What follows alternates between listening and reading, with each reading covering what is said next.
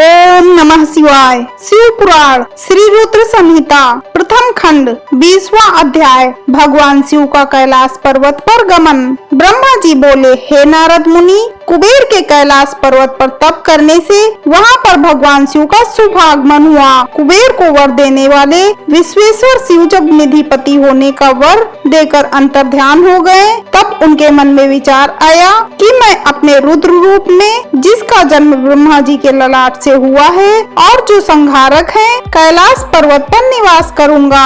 शिव की इच्छा से कैलाश जाने के इच्छुक रुद्रदेव ने बड़े जोर जोर से अपना डमरू बजाना शुरू कर दिया।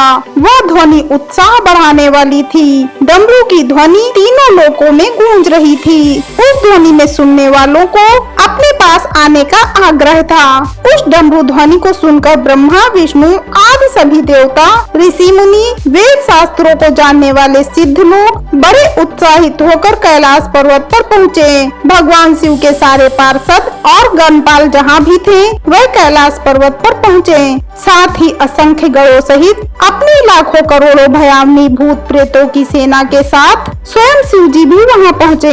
सभी गणपाल सहस्त्रों भुजाओं से युक्त थे।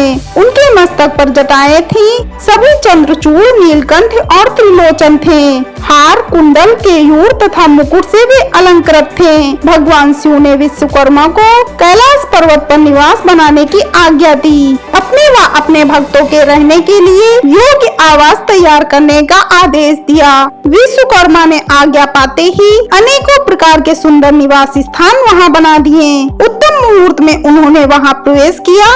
इस मधुर बेला पर सभी देवताओं, ऋषि मुनियों और सिद्धों सहित ब्रह्मा और विष्णु जी ने शिव जी व उमा का अभिषेक किया।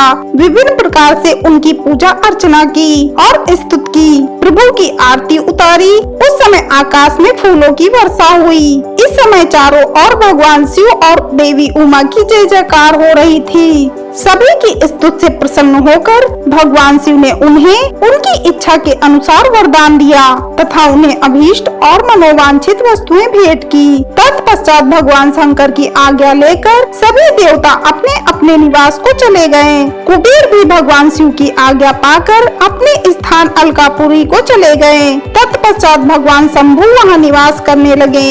वे योग साधना में लीन होकर ध्यान में मग्न रहते। कुछ समय तक वहाँ अकेले निवास करने के बाद उन्होंने दक्ष कन्या देवी सती को पत्नी रूप में प्राप्त कर लिया। देव ऋषि अब रुद्र भगवान देवी सती के साथ वहाँ सुख पूर्वक विहार करने लगे। हे नारद, इस प्रकार मैंने तुम्हें भगवान शिव के रुद्र अवतार का वर्णन और उनके कैलाश पर आगमन की उत्तम कथा सुनाई है। तुम्हें शिव जी व कुबेर की मित्रता और भगवान शिव की विभिन्न लीलाओं के विषय में बताया है। उनकी भक्ति तीनों लोकों को सुख प्रदान करने वाली तथा मनोवांछित फलों को देने वाली है। इस लोक में ही नहीं, परलोक में भी सद्गति प्राप्त होती है। इस कथा को जो भी मनुष्य एकाग्र होकर सुनता या पढ़ता है, वह इस लोक में सुख और भोगों को पाकर मोक्ष को प्राप्त होता है। नारद जी ने ब्रह्मा जी को धन्यवाद किया और उनकी स्तुति की। वे बोले, हे प्रभु, आपने मुझे इस अमृत कथा को सुनाया है। आप महाज्ञानी हैं। आप सभी की इच्छाओं को पूर्ण करते हैं। मैं आपका आभारी हूँ। शिव चरित्र जैसा श्रेष्ठ ज्ञान आपने मुझे दिया है। हे प्रभु, मैं आपको बारंबार नमन करता हूँ। हर हर महादेव। श्री रुद्र संहिता संपूर्ण।